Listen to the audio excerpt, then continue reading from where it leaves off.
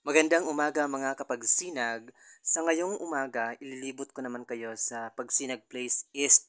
So ngayon palabas tayo ng Pagsibol 4B or 4A para puntahan ang Pagsinag Place East kung saan ito po ay pangalawa sa pinaka-affordable sa mga housing project dito sa Naik, Cavite. So ito po ang entrance ng Pagsinag Place East. Sa ngayon wala pa silang gate pero sooner or later magkakaroon din ng gate diyan. So pagpasok natin, makikita ninyo ang pagsinag o units ng mga pagsinag ay parang apartment style. So dikit-dikit po sila. So ang floor area niya ay nasa 38 square meter if I'm not mistaken. I'm not really sure pero mas malawak siya kaysa sa Pasinaraw or Pasinaya. Ongoing construction ang Pagsinag Place East pero marami na po ang nakatayong bahay at marami na rin po ang nakatira. May mga unit diyan na iba na yung model niya, parang ano na siya, hindi na siya glossy. Yung mga window niya ay naka ano na din, naka sliding window na din. Yung harap niyan ay malaki pa. Yung iba nga ay ginagawa pa tong ano, parang one bedroom tapos may konting space para sa maliit na sala.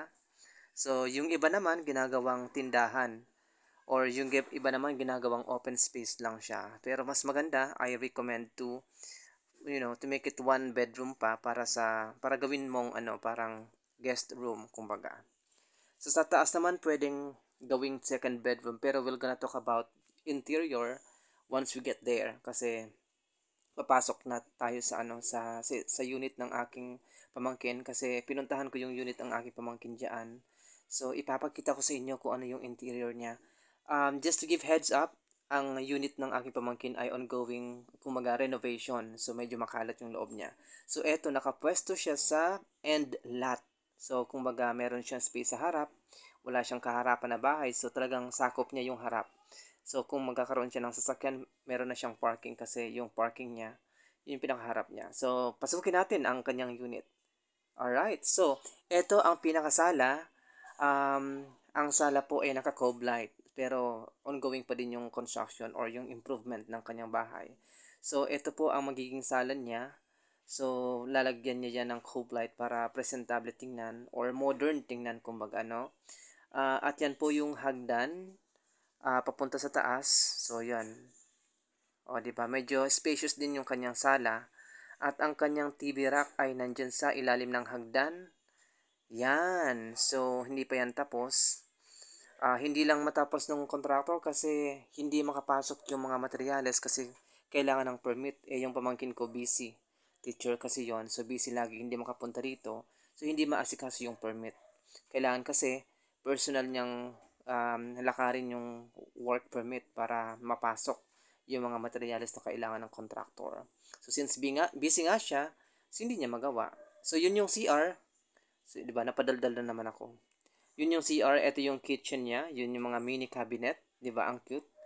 Tapos, yung mga cabinet na yan, pipinturahan pa yan ng mga parang caramel brown or chocolate brown, pero I suggest caramel brown na lang para buhay na buhay. So, yan, pipinturahan muna yan, i-skim coat siguro, tapos saka pipinturahan ng caramel brown. Napaka-presentable kung kayo tatlo or apat sa pamilya, isang pamilya, dalawang anak or tatlong anak, kasyang-kasya kayo rito. So, napaka-spacious din niya kasi yung harap niya or I mean, yung taas niya pwede mo siyang gawing 2 bedrooms. So, isa sa room ng mag-asawa, isa dun sa anak. So, ito yung likod niya, backyard extension. Ito pwede mong gawing space para sa laundry area or dirty kitchen area. Pwede mo siyang pabubungan. Pwede mo ring open space lang pero I suggest gawin mo siyang kitchen area or labahan para hindi ka maglalaba dun sa loob ng CR. So yun yung space niya sa likod. Pwede mo siyang gawing dirty kitchen, laundry area, nasa sayo na kung anong gusto mong gawin dyan. So ito yung sala mo. Tapos maya maya aakyatin natin yung taas. Pero just to give heads up, hindi natin mapapasok yung loob kasi wala yung may-ari. Nasa Tagig. So nakapasok lang tayo dyan lang sa baba. So yung susi kasi nakaisa na babanggitin ko ba yung pangalan na sa kanya. So iniwan lang sa akin yung pinaka main door ng susi. So, yan. Yung hagdan na yan, patatakpan niya pa yan. So, ayan, first bedroom yan. Tapos second bedroom, yan. So, ang second bedroom ay nakaharap sa harap ng bahay niya. Tapos yung first bedroom nasa likod ng bahay niya, yung facing niya. So, baba tayo. Titingnan naman natin kung gaano ba kalawak yung harap or front yard extension. As what I mentioned earlier, ang front yard extension mo po ay pwede mo pang gawing isang kwarto at isang maliit na hallway para gawin mo siyang bedroom or guest room. Karamihan ginagawang tindahan pero nako Diyos ko naman, lahat na ba kayo dito magtitinda? Kasi halos lahat ng bahay dito ay merong tindahan, naka-provision sa tindahan. Pero kung ako sa'yo, gawin mo na lang guest room para kung may bisita ka, meron kang patutulugan. Para din mas malaking, mas gamit na gamit yung space mo sa harap. So, ganyan kalawak ang harap mo. Pwede mo pa siyang gawa ng isang maliit na kwarto para sa guest room. Tapos yan, apartment style siya. Okay na din. Tapos, babalik tayo patungong, or ikutin muna natin kaya tong Pagsinag Place East. So, yan. Yan po ang mga units dyan sa Pagsinag Place East. Ito yung community ng Pagsinag. Kung nakaraan, inikot ko kayo sa Pagsibol. Ngayon naman, Pagsinag ang iikutin natin. So, kung kayo ay may katanungan, i-PM nyo lang ako para ma-refer ko kayo sa bank sa broker or sa agent na talagang maasikaso para makumpleto ang inyong requirements. Ang salary required income dito is nasa around 27,000 to 29,000. So, kung ikaw ay nag-earn ng 27,000 pataas, kayo ay qualified or eligible na makakuha ng pagsinag unit. Dito yan sa Naik Cavite. Pero make sure na meron kang 36 months payment sa Pag-ibig.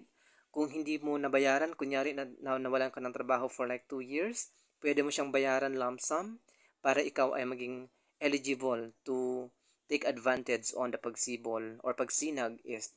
So, ito ang pinaka-modern unit ngayon. Naka-window, sliding window na siya.